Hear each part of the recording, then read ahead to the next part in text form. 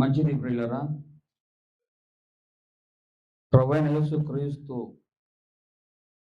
యొద్దకొచ్చిన ఎవరైనను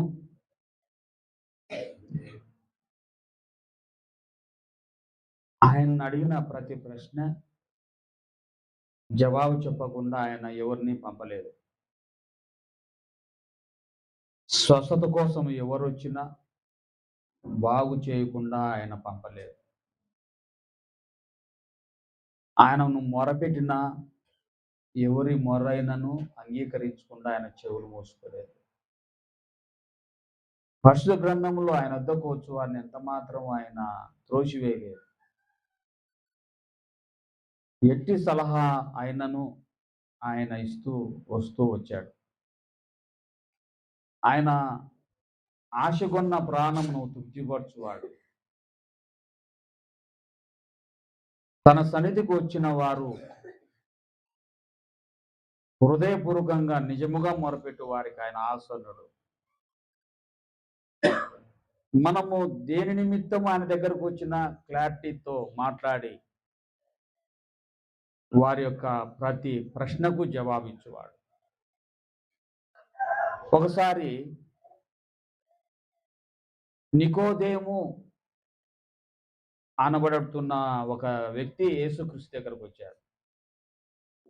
ఆయన యూదుల మత పెద్దల సభలో సభ్యుడు. ఎవరంట? యూదుల మత పెద్దల సభలో సభ్యుడు. అతడు పరిసేయుడు.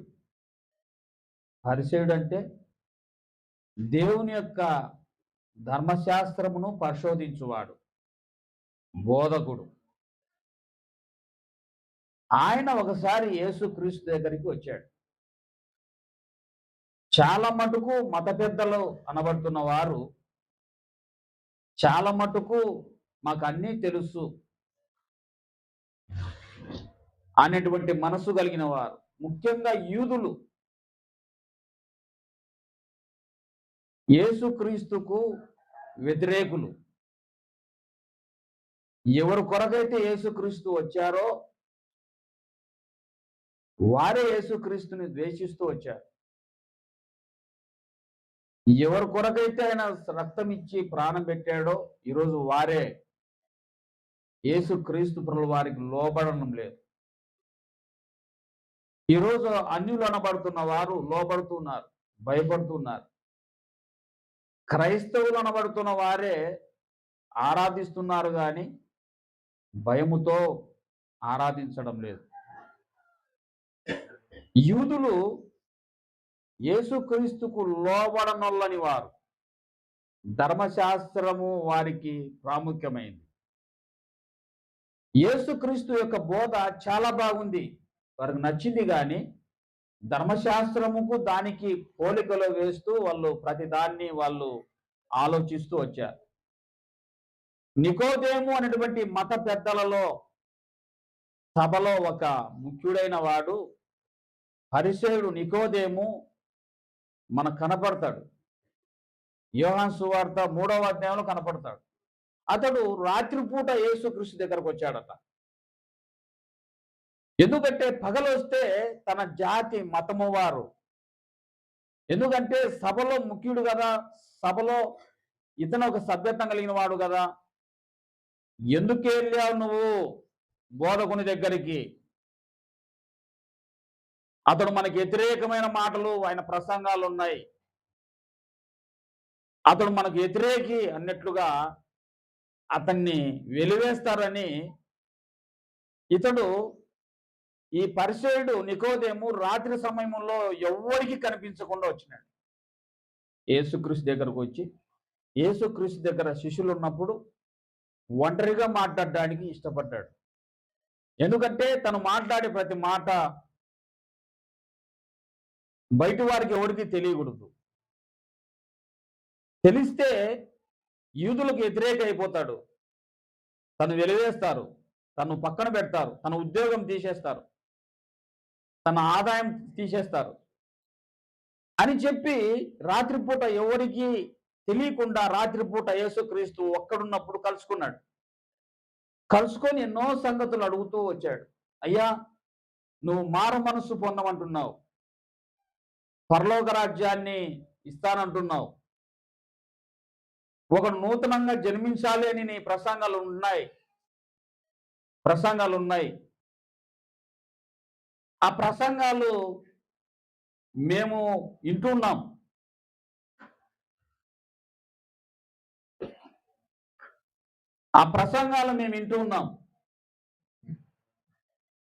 నాకు నచ్చాయి. కాబట్టి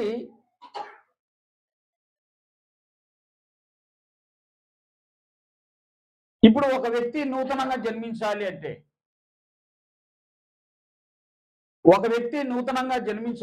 పుట్టాలి అంటే తల్లి గర్భంలో ప్రవేశించి జన్మించాలా? నేను ఈరోజు ముసలివాడను, వృద్ధుడను. నేను తల్లి గర్భంలో ఏ విధంగా ప్రవేశించి మళ్ళీ నేను కొత్తగా జన్మించాలి, నూతనంగా పుట్టాలి అని అడిగాడు. యేసుక్రీస్తు ఆ వ్యక్తికి ఎన్నో సందేశాలు, ఎన్నో గొప్ప గొప్ప మాటలు చెప్పాడు. అద్భుతమైన మాటలు, ఆశ్చర్యకరమైన మాటలు చెప్తూ వచ్చాడు. వచ్చిన తర్వాత ఆయన కొన్ని క్లారిటీ రాలేదు. ఈ నికోదేముకు కొన్ని క్లారిటీ రాలేదు.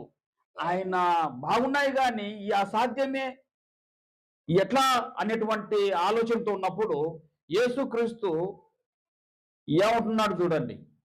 3వ అధ్యాయము, యోహాను సువార్త 3వ అధ్యాయం 12వ వచనం. భూ సంబంధమైన సంగతులు నేను మీతో చెప్పితే మీరు నమ్ముకున్నప్పుడు పరలోక సంబంధమైనవి మీతో చెప్పిన ఎడల ఎలాగు నమ్ముదురు?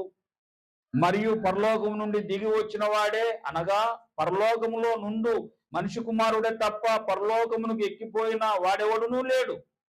అరణ్యంలో మోషే సర్పమును ఎలాగ ఎత్తెనో అలాగే విశ్వసించు ప్రతి వాడును నశింపక ఆయన ద్వారా నిత్య జీవం పొందినట్లు మనిషి కుమారుడు ఎత్తబడవలను అన్నాడు. నేను భూ సంబంధమైన వాటిని ఎగ్జాంపుల్ గా చెప్తూ ఉంటే మీరు నమ్మలేదు. భూ సంబంధమైన వాటినే మీకు సూచనలుగా చూపిస్తూ, మీకు ఆధారంగా చూపెట్టి మీకు చెప్తుంటే మీరు నమ్మనప్పుడు పరలోకములో మీకు తెలియని సంగతులు ఎట్లా నమ్మగలుగుతారు మీరు? పరలోకము నుండి దిగి వచ్చిన వాడే అవి తెలుసు ఆయనకు. పరలోకానికి ఎక్కిపోయి వాడు ఆయన నేనే.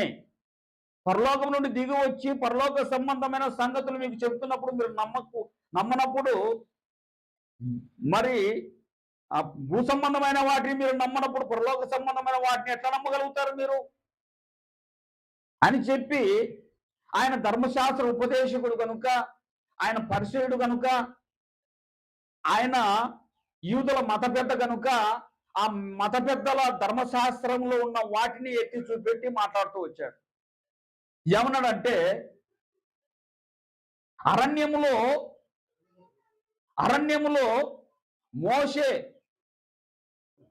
సర్పమును ఎలాగు ఎత్తెనో అలాగునే మనిషి కుమారుడు ఎత్తబడును. ఒకనొక రోజు ఎత్తబడతాడు. ఎత్తబడినప్పుడు విశ్వసించువాడు నిత్య జీవమును పొందుతాడు అన్నాడు. విశ్వసించిన వాడు నిత్య జీవం పొందుతాడు. అరణ్యములో మోషే సర్పమును ఎలాగ ఎత్తెనో అన్నాడు. అలాగనే మనిషి కుమారుడు ఎత్తబడాలి అంటే నేను కూడా ఎత్తబడాలి. అప్పుడు ఆ ఎత్తబడిన నా ద్వారానే మీరు నిత్య జీవమును పొందుతారు అన్నాడు. అరణ్యంలో మోషే సర్పమును ఎలాగ ఎత్తెనో, ఇది ధర్మశాస్త్రములో భూ సంబంధమైనది. ధర్మశాస్త్రములో ఇశ్రాయేలీయుల్లో జరిగిన సంఘటన ఇది. ఈ మాటకు యేసుక్రీస్తు చెప్పిన ఈ మాటకు అర్థం కావాలంటే అరణ్యంలో మోషే సర్పాన్ని ఎందుకు ఎత్తాడు, ఎలాగెత్తాడు, దేని కొరకు ఎత్తాడు అన్న విషయాన్ని మనము ధ్యానం చేయాలి. సంఖ్యాకాండంలోకి వెళ్ళాలి. సంఖ్యాకాండంలోకి మనం 21వ అధ్యాయంలోకి వెళితే ఇశ్రాయేలీయుల యొక్క అరణ్య యాత్ర జరుగుతూ ఉంది. ఇశ్రాయేలీయుల యొక్క అరణ్య యాత్రలో వారికి పాములు వచ్చి కరుస్తూ ఉన్నాయి. మనము 3, 4, 5 వచనాల్లో మనం చూస్తే అరణ్య యాత్రలో కొంతమందిని పాములు వచ్చి కరుస్తూ ఉన్నాయి. త్రాచు పాములు వచ్చి కరుస్తూ ఉన్నాయి. ఎక్కడంటే అక్కడ కరుస్తూ ఉన్నాయి. కేకలేస్తున్నారు, పరిగెడుతున్నారు, నురుగులు గార్చుకుంటున్నారు, కక్కుతున్నారు, చనిపోతున్నారు చాలా మంది. అయ్యో ఇక్కడ నాకు కరిచా, అయ్యో అక్కడ కరిచా అని చెప్పి గుంపులు గుంపులుగా నురుగులు కక్కుంటున్నారు. గుంపులు గుంపులుగా నురుగులు కక్కుంటున్నారు. ఆ కాటు తిన్న ప్రతి ఒక్కరూ విలవిలలాడిపోతున్నారు, కేకలేస్తున్నారు, తనకలాడుతూ ఉన్నారు. వైద్యం కోసం పరిగెడుతున్నా వాళ్లకు ఆ వైద్యము అందడం లేదు. వాళ్ళు ఏమి చేస్తున్నానో దోష నివారణ లేదు, స్వస్థత కలగలేదు. నురుగులు కార్చుకుంటూ కేకలేసుకుంటూ చచ్చిపోతున్నారు, తనకలాడుతున్నారు. ఎందుకు? దేని కొరకు ఇటువంటి విపత్తు వచ్చింది? ఎవరి ద్వారా వచ్చిందంటే దేవుడే అనుమతించాడంట.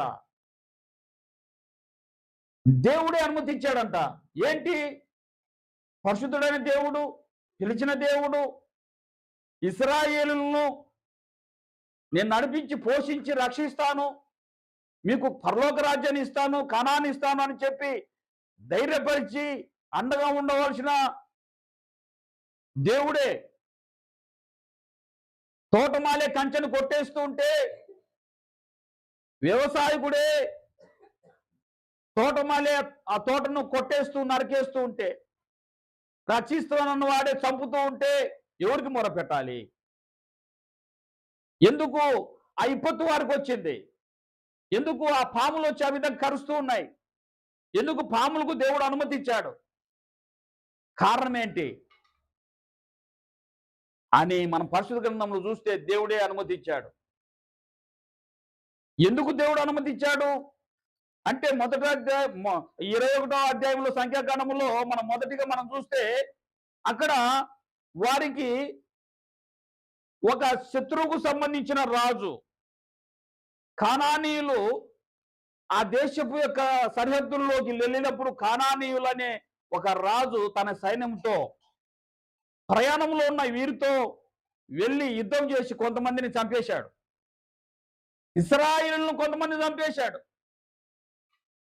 అది భీతి చెందిన ఇశ్రాయేలీయులు భయపడిపోయి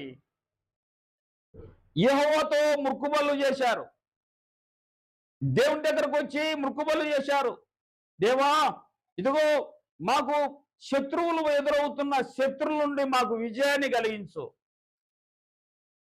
నీ పేరు నామ మహిమార్థమై మేము జీవిస్తాం.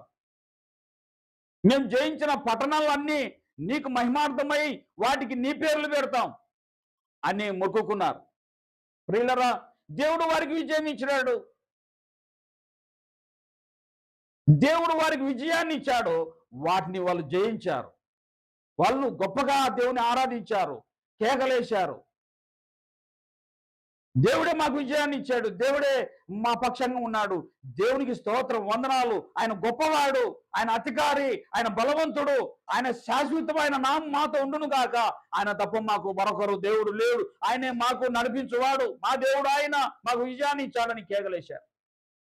వెంటనే చూడండి 21వ అధ్యాయం, సంఖ్యాకాండం 21వ అధ్యాయం, వెంటనే వారు ఏమంటున్నారో చూడండి. 4వ వచనం, వారు ఎదోము దేశము చుట్టూ పోవలనని హోరు కోట నుండి ఎర్ర సముద్రం మార్గమున సాగిపోయినప్పుడు మార్గము ఆయాసము చేత జనులు ప్రాణము సొమ్మసిల్లెను కాగా, ప్రజలు దేవునికిని మోషేకును విరోధముగా మాట్లాడి, ఈ అరణ్యములో చచ్చుటకు ఐగుప్తు నుండి మీరు మమ్మల్ని ఎందుకు రప్పించితిరి? అని మాట్లాడుతూ అక్కడ ఆహారం లేదు, ఇక్కడ ఆహారం లేదు, నీళ్లు లేవు, సవిచారములు లేని ఈ అన్నములు మాకు అసహ్యమనిది. అందుకు యెహోవా ప్రజలకు తాపకరమైన సర్పములు పంపెను. హల్లెలూయా. ప్రియులరా, ఎప్పుడైతే వాళ్ళు దేవుడు మేలు చేసినప్పుడు దేవుని స్తుతిస్తూ ఆరాధిస్తూ వచ్చారో, వెంటనే వాళ్ళు ఏమంటున్నారు తెలుసా? రోంత కష్టం వచ్చే కొద్దీ, రోంత నష్టం వచ్చే కొద్దీ, రోంత బాధ వచ్చే కొద్దీ అరణ్యములో వాళ్ళు ఏమంటున్నారు తెలుసా? మోషే పైకి, మోషే నడిపిస్తున్న మోషే దేవుడైన యెహోవా పైకి తిరగబడి సనిగారు, గొనుక్కున్నారు, తిరగబడి చెడ్డ మాటలలో మాట్లాడుతున్నారు. ప్రియులారా, చెడ్డ మాటలలో మాట్లాడుతూ దేవుని పైన తిరగబడుతూ దేవునికి లోబడక దేవుని అధికారము చూసి విన్న వీరు, దేవుని బలాన్ని చూసిన వీరు, దేవుని యొక్క నడిపింపుతో నడిపింపబడుతున్న వీరు వెంటనే తిరగబడ్డారు. దేవుడే శాశ్వతమైన దేవుడు, శాశ్వత కాలం నుండి మమ్మల్ని నడిపిస్తున్న దేవుడు ఈయనొక్కడే మాకు అన్న వీరే ఈరోజు మళ్ళీ తిరగబడుతున్నారు. చూడండి, వెంటనే తిరగబడుతున్నారు. 2 నాలుకల ద్వారని వారు, 2 ఆలోచనలతో కలిగిన వారు, 2 తలంపుల మధ్య ఉన్నవారు, స్థిరమైన మనసు లేని వారు, పాము స్వభావం కలిగిన వారు. అక్కడ ఒక మాట, ఇక్కడ ఒక మాట, మేలు జరిగినప్పుడు ఒక మాట, మేలు జరగనప్పుడు ఒక మాట. దేవుడు వాళ్ళను విజయ పరంపర జరిగిస్తున్నాడు, ఎన్నో అద్భుత కార్యాలు వాళ్ళ మధ్యలో చేస్తున్నాడు. కానీ వారు వెంటనే వాటిని మర్చిపోతున్నారు, వెంటనే దేవుని దూషిస్తున్నారు, దేవుని ప్రతినిధి అయిన మోషేను దూషిస్తున్నారు. 2 యొక్క తలంపుల మధ్య, 2 ఆలోచనల మధ్య చంచల మనస్సు కలిగిన వారు, స్థిరత్వం లేని వారు, స్థిరత్వం లేని వారు, ఏకాభిప్రాయం లేని వారు, ఏకాత్మ లేని వారు, ఏ ఎండకు ఆ గొడుగు పట్టేవాళ్ళు. ఇటువంటిది దేవునికి ఇష్టం లేదు. దేని మీద మన గురి? దేవుని మాట మీద మన గురి.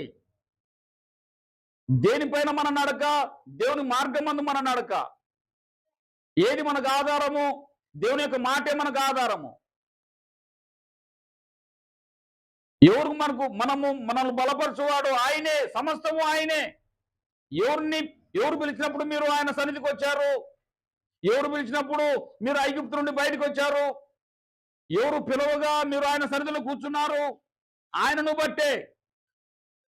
అటువంటి ఆయన్ను కొనియాడి స్తుతించి ప్రార్థించిన మీరు కొంచెం కష్టం వస్తానే, కొంచెం నష్టం జరుగుతానే, ఆయన బలాన్ని అంగీకరించిన మీరు, ఆయన బలాతిశయం చూసిన మీరు వెంటనే యెహోవాను దూషిస్తూ, మోషేను దూషిస్తూ తిరగబడ్డారు, సనుక్కున్నారు. ఈ ఆహారం మాకు రుచించలేదు, పేర్లు పెడుతూ వచ్చారు, సనుగుతూ కొనుగుతూ వచ్చారు. దేవుని కోపం వచ్చేసి 2 నాలుకల ధోరణి, 2 ఆలోచనల ధోరణి కలిగిన ఈ వ్యక్తులను అటువంటి 2 నాలుకలు కలిగిన పాముల ద్వారా శిక్షించినాడు ఆయన. నువ్వు ఏ పంట ఎత్తుతావో అదే పంట కోస్తావని దేవుని వాక్యం చెప్తూ ఉంది. నువ్వు ఏ విధమైన ఆలోచనతో ఉంటావో దాని ద్వారా దేవుడు శిక్షిస్తాడు. మీరు చేసిన పాపమును మిమ్మల్ని పట్టుకుంటుంది, అది వదిలిపెట్టదు, పాము వలె కాటేస్తుంది. దేవుని తిరగబడిన మీరు దేవునికి శత్రువులైన మీకు శత్రువులైన పాము చేతనే ఆయన అనుమతించినాడు. 2 ఆలోచనల మధ్య, 2 నాలుకల మధ్య, 2 మాటల మధ్య ఉన్న మీరు, 2 హృదయాల మధ్య ఉన్న మీరు, 2 నాలుకల వంటి సర్పము యొక్క ఆలోచన కలిగిన మీరు, పాము ఆలోచన కలిగిన మీరు, అటువంటి పాముల ద్వారానే దేవుడు శిక్షిస్తూ వచ్చాడు. పాములుగా అనుమతించినప్పుడు ఆ పాములు కరుస్తూ ఉన్నాయి, కాటేస్తూ ఉన్నాయి, గిలగిల కొట్టుకుంటున్నారు, నురువులు కార్చుకుంటున్నారు, చచ్చిపోతున్నారు. ఏడుస్తున్నారు. మోషే దగ్గరకు వచ్చి మొరపెడుతున్నారు. మోషే దగ్గరకు వచ్చి అడుగుతున్నారు, అయ్యా అయ్యా మమ్మల్ని చూడండి, ఒకవైపు మమ్మల్ని చూడండి. అప్పుడు మోషే దేవుని దగ్గరికి వెళ్ళి ప్రార్థిస్తే మోషే అంటా ఉన్నాడు, నువ్వు ఒక ఇత్తడి సర్పం చేయించి ఒక సిలువ లేక ఒక కర్ర మీద పెట్టి ఎత్తి పట్టి పెట్టు, అక్కడ ఒక కర్ర మీద ఇత్తడి సర్పాన్ని చేసి అక్కడ పెట్టు, ఆ సర్పమును చూసిన ప్రతి ఒక్కడు బతుకుతాడు. హల్లెలూయా. ఆ సర్పమును చూసిన ప్రతి ఒక్కడు బ్రతుకుతాడు అని చెప్పి చూడండి. మన బైబిల్ గ్రంథం తెరచి చదువుకుందాం. బైబిల్ గ్రంథం తెరచి 9వ వచనం. ఆ కాబట్టి మోషే ఇత్తడి సర్పం ఒకటి చేయించి స్తంభము మీద దానిని పెట్టెను. అప్పుడు సర్పకాటు తినిన ప్రతివాడును ఆ ఇత్తడి సర్పమును నిదానించి చూచిన బ్రతికును. సర్పకాటు పొంది ప్రాణాయాప స్థితిలో ఉన్న ప్రతి ఒక్కరు దేవుడు చెప్పినట్లుగా మోషేతో చెబుతున్నాడు, ఒక సర్పమును ఇత్తడి సర్పముగా చేసి ఏ సర్పంలో అయితే వాళ్ళు కాటేస్తున్నాయో, ఏ సర్పం కాటుకు వాళ్ళు చచ్చిపోతున్నారో, గిలిగిలా కొట్టుకుంటున్నారో, అదే సర్పమును అదే ఇత్తడి సర్పంగా ఒక ఇత్తడితో తయారు చేయించి ఒక శిలువ పైన పెట్టు, ఎత్తు స్థలంలో పెట్టు. దాన్ని చూసిన ప్రతి ఒక్కడు ఏమైతాడంట? బ్రతుకును. ఎట్లా చూడాలంట? నిదానించి చూడమంటున్నాడు. అక్కడ రాయబడి ఉంది, నిదానించి చూడండి. నిదానించి నువ్వు చూస్తే ఏమవుతారంట? బ్రతుకుతారట. సర్పకాటు తిన్న ప్రతి ఒక్కరూ కూడా ఎత్తబడిన ఆ స్తంభం పైన ఇత్తడితో చేయబడిన సర్పమును నిదానించి చూస్తే వారు బ్రతుకుతారు. నిదానించి ఆ సర్పమును వాళ్ళు చూస్తున్నప్పుడు ఏం కనబడుతుంది వాళ్ళకు? నిదానించే ఆ సర్పము, ఇత్తడి సర్పము ఆ స్తంభం పైన నిలవబెట్టిన ఇత్తడి సర్పమును చూసినప్పుడు ఏం కనబడుతుంది? ఆ ఇత్తడి సర్పము తల కనబడుతుంది, ఆ ఇత్తడి సర్పం కనబడుతుంది, ఆ సర్పపు యొక్క కన్ను కనబడుతున్నాయి, ఆ సర్పము యొక్క నాలుక కనబడుతుంది. హల్లెలూయా. ఆ సర్పపు యొక్క నాలుక కనపడుతుంది, ఆ సర్పపు పాము యొక్క నాలుక కనపడుతుంది. ఆ పాము నాలుక కనపడినప్పుడల్లా వీళ్ళకి ఏది జ్ఞాపకం వస్తుంది? ఆ పాము నాలుక చూసినప్పుడల్లా వీళ్ళకి ఏం జ్ఞాపకం వస్తుంది? వాళ్ళ నాలుక జ్ఞాపకం వస్తుంది.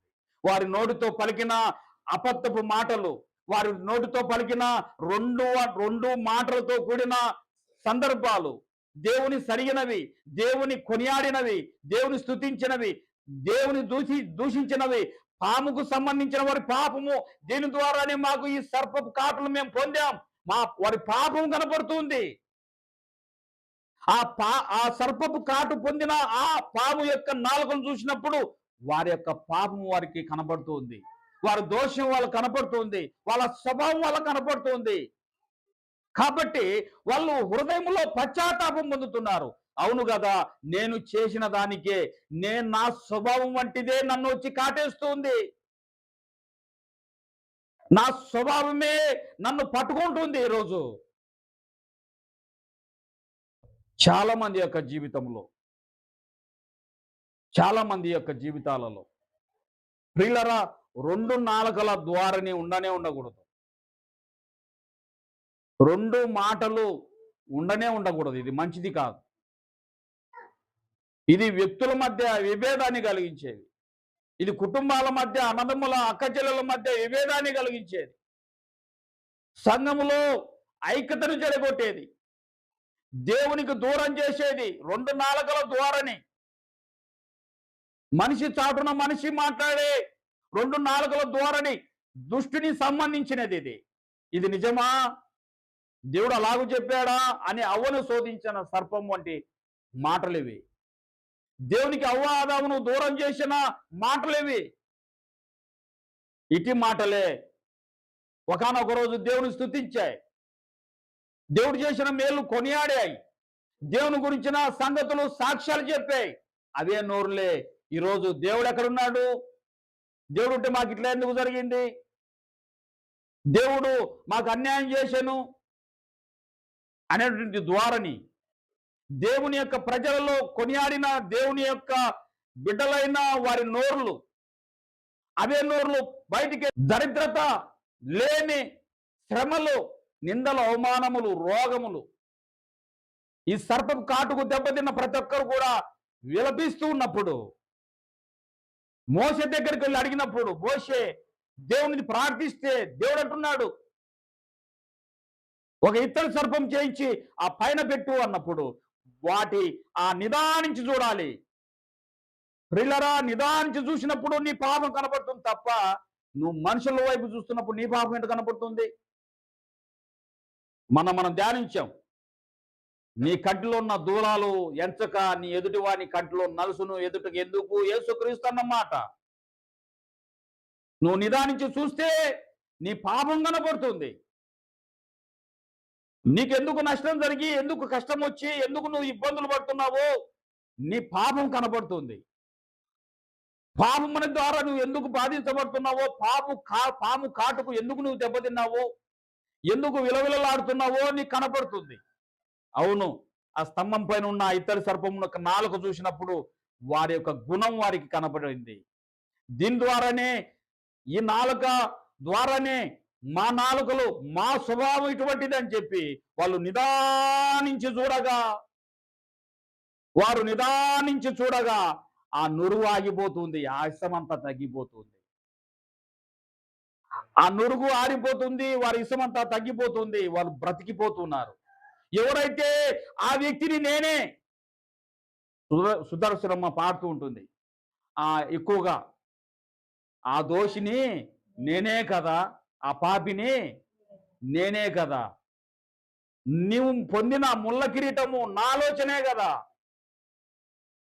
నీ చేతుల్లో గాయములు నేను చేసిన పాపమే కదా, నేనే కదా దోషిని, నేనే కదా పాపిని అని ఎప్పుడైతే ఇశ్రాయేలీయులు ఆ ఇత్తడి సర్పం యొక్క నాలుకను చూసి వాళ్ళ స్వభావాన్ని ఆలోచించి వారి పాపమును ఒప్పుకున్నారో వాళ్ళందరూ అక్కడ స్వస్థత పొందుతూ ఉన్నారు, వాళ్ళందరూ అక్కడ బ్రతుకుతూ ఉన్నారు. ఆ విషయాన్నే నికోదేముతో యేసుక్రీస్తు అంటున్నాడు, ఇదిగో ఇత్తడి సర్పమును ఏ విధంగా మోషే అరణ్యములో ఎత్తెనో, మనిషి కుమారుడైన నేను ఆ రోజు ఎత్తబడినప్పుడు శిలువలో ఎవడైతే నన్ను నిదానించి చూస్తాడో వారందరూ బ్రతుకుతారు. హల్లెలూయా. భూ సంబంధమైన ఎగ్జాంపుల్ నేను చెప్తున్నా నీకు అంటున్నాడు.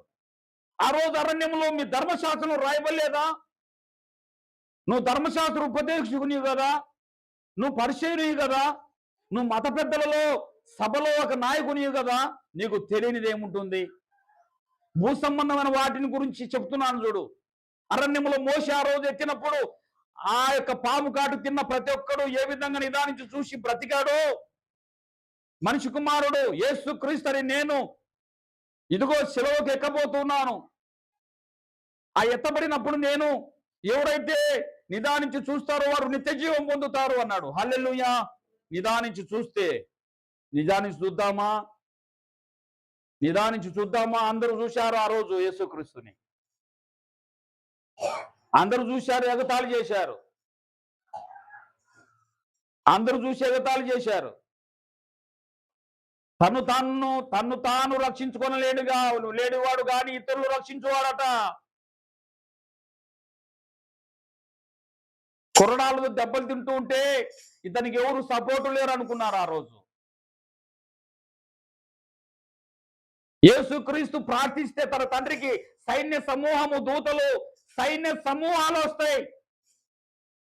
ఈరోజు నువ్వు ప్రార్థించిన, నీవు ప్రభు నామములో ఏడుకున్నా యేసుక్రీస్తు యొక్క బలాతిశయం కింద ఉన్న సైన్య సమూహము నీకు పరిచారకులుగా అవుతారు. హల్లెలూయా. నా వైపు చూడాలి,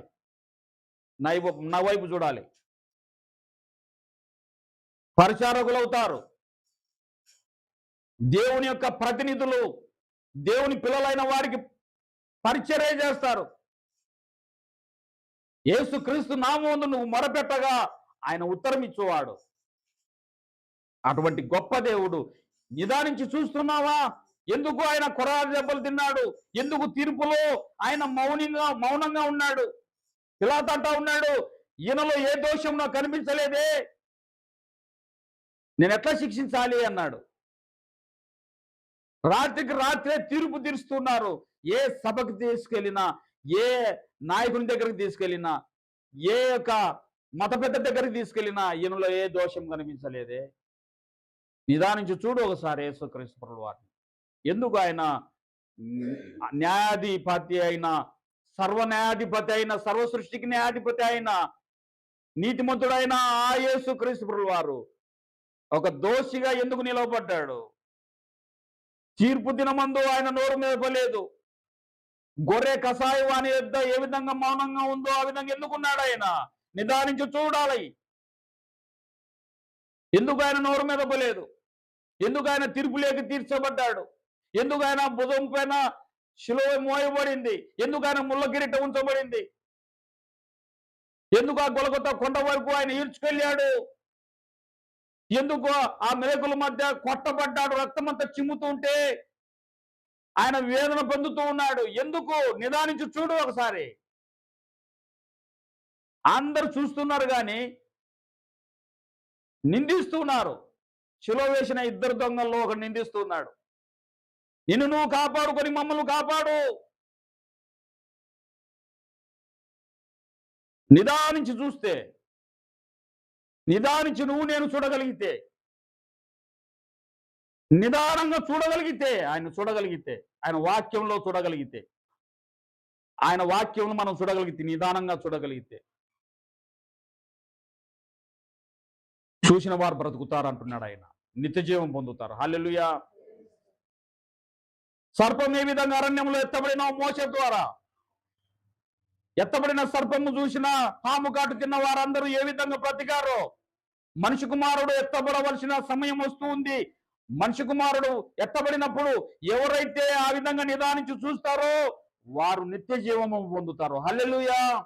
నిత్య జీవనం పొందుతారు. ఆ రోజు సర్పకాటు ఎందుకు వారికి కలిగిందంటే, వారి పామును బట్టే సర్పకాటుకు దెబ్బతిన్నారు.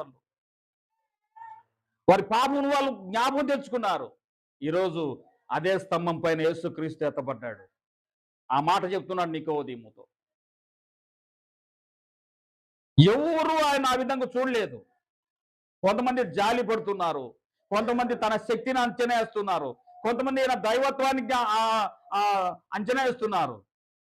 కానీ శిలువలో ఒక వ్యక్తి అంచనా వేశాడు, నిదానించి చూశాడు. లూకా సువార్త 23వ అధ్యాయం. లూకా సువార్త 23వ అధ్యాయం. లూకా సువార్త 23వ అధ్యాయంలో మనం చూస్తే 39 నుండి 41 వచ్చిన మనకు మనం చూస్తే 41 చదువుతారమ్మా.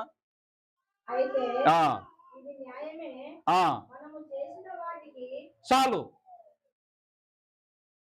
సిలువలేశారు. సిలువలో బాధపడుతుంటే ఇద్దరు దొంగలను, బందిపోటు దొంగలను అటువైపు ఇటువైపు వేస్తే ఒక దొంగ అంటున్నాడు, ఎడపక్కున్న దొంగ అంటున్నాడు, నిన్ను నువ్వు రక్షించుకొని మమ్మల్ని రక్షించవా అన్నాడు.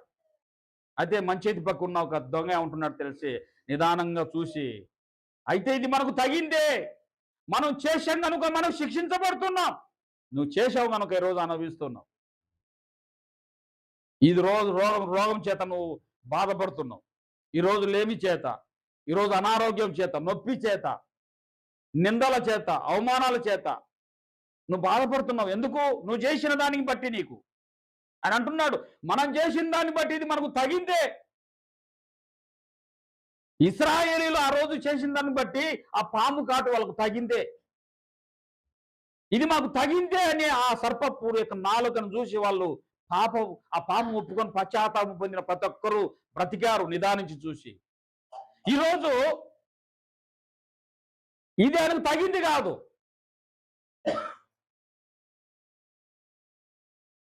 ఆయనకు తగింది కాదు. ఈ శిక్ష, ఈ ప్రాణం పెట్టుట, ఈ రక్తం కార్చుట ఆయనకు తగింది కాదు. కానీ అది నాకు తగింది, నాకు తగినది. అది నేను పొందవలసిన శిక్ష, అది నేను పొందవలసిన శిక్ష, నేను పొందవలసిన బాధ అది. ఎందుకంటే నేను పాపిన ఆ దోషిని నేను అని నిదానించి చూస్తే మనకు కనపడుతుంది. ఎందుకు ఆయన ఎత్తపడ్డాడో, అరణ్యంలో మోషే ఎత్తినట్లుగా, కర్ర పైన ఇత్తడి సర్పము పెట్టబడినట్లుగా ఈరోజు ఆయన ఎత్తపడ్డాడు. ఆయన నిదానించి చూస్తే మనకు అర్థమయ్యేది ఏంటంటే, అక్కడ నేను ఉండవలసింది. హల్లెలూయా. అక్కడ నేను ఉండవలసింది. అది నాకు తగినదే, అది నాకు తగినదే. అక్కడ నేను ఉండవలసింది, కానీ నా స్థానంలో ఆయన ఉన్నాడు. హల్లెలూయా. నా స్థానంలో, నీ స్థానంలో ఆయన ఉన్నాడు.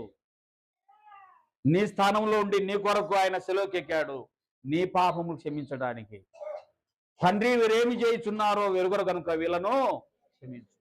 నువ్వు చేసిన దానికి నువ్వు శిక్ష అనుభవించకుండా, నరకానికి వెళ్లకుండా, నీవు నేను మనందరం చేసిన పాపములు బట్టి యేసుక్రీస్తు శిలువకెక్కి అన్ని బాధలు పడ్డాడు.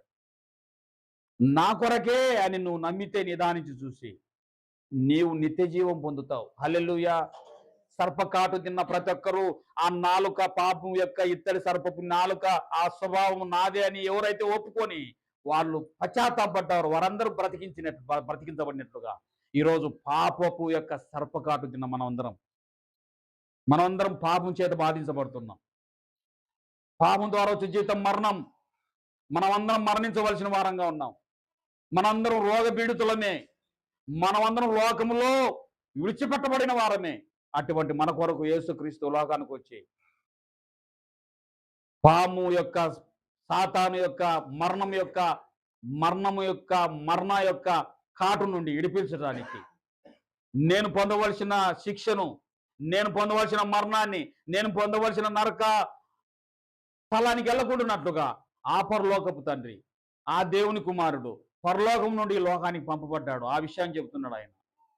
నేను దేని కొరకు పంపబడ్డానో దాని కొరకు నేను ముగించడానికి ఈ లోకానికి వచ్చాను. నేను మళ్ళీ అక్కడికి వెళ్ళవలసి ఉంది. ఎవరైతే ఇటువంటి నన్ను ఎత్తబడినప్పుడు నన్ను చూసి నిదానంగా ఆ శిక్ష నాకు నేను పొందవలసింది, అక్కడ నేను ఉండవలసింది. నన్ను నిత్యరాజ్యాన్ని తీసుకెళ్ళడానికి ఆయన నా కొరకు ఆ శిలువకి ఎక్కాడు. ఆ పాపిని నేనే, ఆ దోషిని నేనే అని ఆ దొంగ ఏ విధంగా ఇది మనకు తగినదే, కానీ ఆయన ఏ పాపం చేయని ఆయనకు తగినది కాదని ఎప్పుడైతే ఒప్పుకున్నాడో, ఏమన్నాడు యేసుక్రీస్తు? నేడు నువ్వు నాతో కూడా, హల్లెలూయా, నేడు నువ్వు నాతో కూడా పరదేశంలో ఉండు అన్నాడు. అవును, ఎవరైతే అటు యేసుక్రీస్తు, ఆ శిలువధారైన యేసుక్రీస్తు యొక్క రక్తము కారుతున్నప్పుడు ఆయన పలికిన మాటను జ్ఞాపకం చేసుకుంటూ, ఆ పాపిని నేనే ప్రభువా, దోషిని నేనే రెండు యొక్క ధ్వని కలిగిన మాట, పాము స్వభావం కలిగిన వ్యక్తిని, లోకములో పాపిని, నేను దోషిని, నేను పొందవలసిన శిక్షను మీరు పొందారు అని నిదానించి చూసి, ఆ రోజు పాము కాటు తిన్న ప్రతి ఒక్కరు ఏ విధంగా యూదులు బ్రతికారో ఈరోజు పాపపు యొక్క జీవితం జీవిస్తున్న ప్రతి ఒక్కరు బతుకుతారు. యేసు వైపు చూడు నిదానంగా చూసి. అందుకని పేతురు అన్నాడు చూడండి, పేతురు రాసిన మొదటి పత్రిక 2వ అధ్యాయం 24వ వచనం. పేతురు రాసిన మొదటి పత్రిక. అమ్మా, మన పాపముల విషయమై చనిపోయి నీతి విషయమై జీవించినట్లు ఆయన తానే తన శరీరమందు మన పాపములను మాను మీద మోసుకొనెను. హల్లెలూయా. మన పాపములే, మన దోషములే, మన మాటలే, మన బుద్ధిహీనత తనమే, మన పనికిమాలిన తలమే, మన పాపము, మన చేసిన దోషమే ఆయన శిలువలో ఆయన మోసుకున్నాడు, శిలువకెక్కాడు.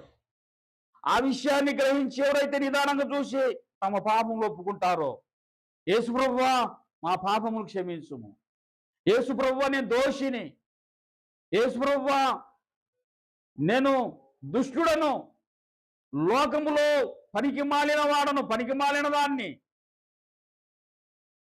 విసర్జించబడిన వ్యక్తిని, దేవుని పిల్లలను శపించే వ్యక్తిని, నిన్ను ఆరాధించి అదేనంటుతో నీ పోలికగా ఉన్న మనుషులను నిందించుదానని నేను, నీ పోలికలు వీళ్ళందరూ నీ స్వాస్థాలతో చేసిన జనము, నీ రక్తమిచ్చి సంపాదించిన జనులు నీ సంఘమును నీ సంఘంలో నిన్ను ఆరాధించి, నిన్ను గణపరిచి, నేను స్తుతించి ప్రార్థించి బయటికెళ్ళి అదే నోటితో నీ జనులన్నీ శపిస్తున్నాయ్యా, నీ జనుల గురించి చెడ్డ మాటలలో పాడుతున్నాను, నేను పనికి మాలిన వ్యక్తిని అని చెప్పి నా పాపం ద్వారానే, నా ఆలోచనల ద్వారానే ఇదిగో నువ్వు ఈ స్థితికి వచ్చావు.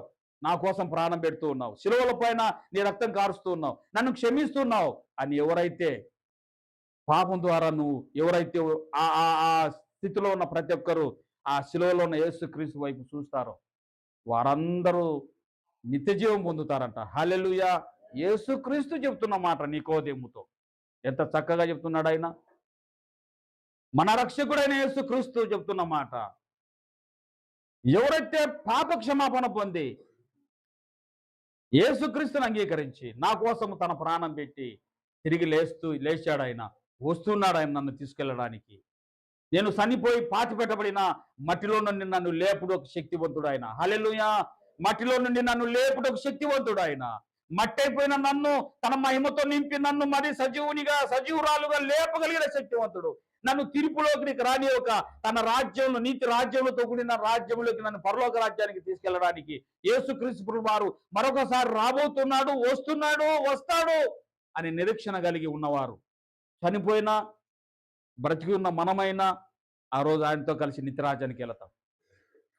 నమ్ముతున్నావా?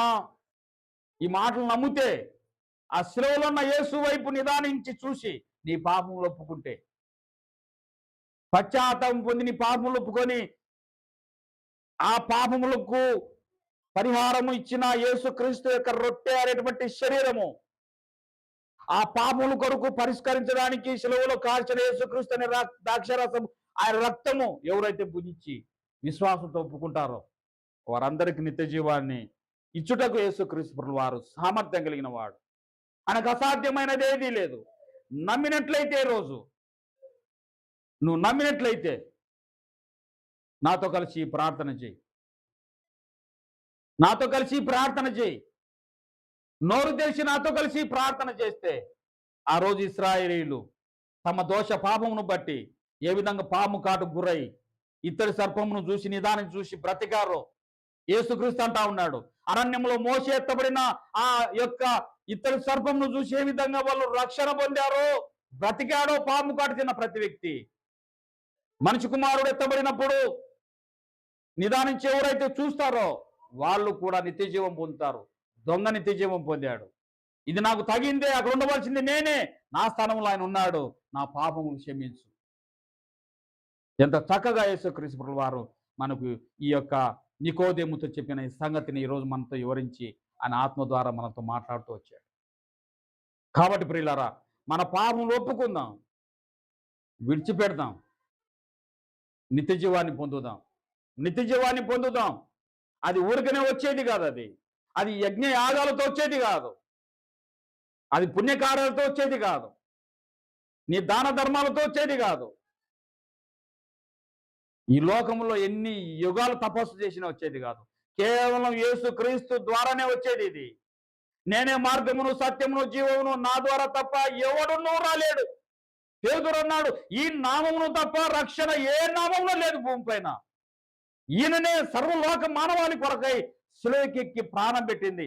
అందరినీ ప్రేమించింది నేను అక్కడే, అందరి కొరకు ప్రాణం పెట్టింది ఆయన ఒక్కడే, అందరినీ క్షమించింది నేను ఒక్కడే. ఈయన తప్ప మరొక నామం లేనే లేదు. అటువంటి ఆయన వైపు చూస్తే నీ పాపంలో ఒప్పుకుంటే నువ్వు రక్షణ పొందుతావు. కళ్ళు మూసుకొని ప్రార్థన చేసుకుందాం. నాతో కలిసి ప్రార్థన చేద్దాం. హల్లెలూయా, హల్లెలూయా. నాతో కలిసి ప్రార్థన చేద్దాం. హల్లెలూయా, హల్లెలూయా. నాతో కలిసి పాప క్షమాపణ కలిగించే ఈ ప్రార్థన చేద్దాం. పరలోకపు తండ్రి, అందరం పలుకుదాం. పరలోకపు తండ్రి, పాము నాలుకలో కలిగిన వారు పలకవద్దు. దేవుని యందు ఆయన చెప్పిన మాటలందు ఆసక్తి కలిగి విశ్వాసం ఉంచు వారు పలకండి. పాము స్వభావం ఉంటే పలకవద్దు. నేను పాముని అని చెప్పి నువ్వు ఒప్పుకొని పశ్చాత్తాపడితే ఈ రోజు నీ పాపం పరిష్కారం ఉంది. యేసుక్రీస్తు నామమందు తమ పాపం ఒప్పుకుంటే వారికి పరిష్కారం ఉంది. విశ్వసించు వారు నాతో కాల్చి పలుకుదురుగాక. పరలోకమందున్న తండ్రి, పరలోకమందున్న తండ్రి, నైనా నేను పాపిని ప్రభు, నేను పాపినేసయ్యా. సిలువలో నిన్ను చూస్తూ ఉన్నాను అయ్యా, సిలువలో నిన్ను చూస్తూ ఉన్నాను అయ్యా. నీ పంచగాయాలు చూస్తున్నాను, నీ తలలో ముళ్ళ కిరీటము, నీ కాళ్ళల్లో మ్రేకులు, నీ చేతుల్లో మ్రేకులు, నీ ప్రక్కలో పల్లెవు పోటు అయ్యా. నీ రక్తమంతా కారుతూ నన్ను క్షమిస్తూ ఉన్నావు, నా పాపములు క్షమిస్తూ ఉన్నావు. నైనా నేను పాపిని, నైనా నేను అక్కడ ఉండవలసిన వాడను. ఆ స్థలమందు సిలువలో ఆ పాపిని నేనే ప్రభువా. అది నాకు తగినదే, ఆ పాపమును శిక్ష నేను పొందవలసిందే, అది నేను తప్పించుకోలేను. కానీ ప్రభువా, నీ ప్రేమ చేత, నీ వాత్సల్యత చేత నీవు నా కొరకు పరలోకము నుండి దిగి నా కొరకు ఈ లోకంలోకి వచ్చి నా కోసము శిలువకెక్కావు ప్రభువా. నా కోసం ప్రాణం పెట్టావు, నా పాపాలు క్షమించావు, నా పాపాలే క్షమించావు, నా దోషాలు క్షమించావు. నన్ను క్షమించండి యేసయ్యా, నన్ను క్షమించండి యేసయ్యా, నన్ను క్షమించండి ప్రభువా. నేను పాపినేసయ్యా, నేను పాపినేసయ్యా. నైనా నన్ను క్షమించుము, నన్ను క్షమించుము. నా హృదయపూర్వకంగా నా పాపం ఒప్పుకుంటూ ఇష్టి పెడుతున్నాను తండ్రి. ఆమేన్, ఆమేన్, ఆమేన్.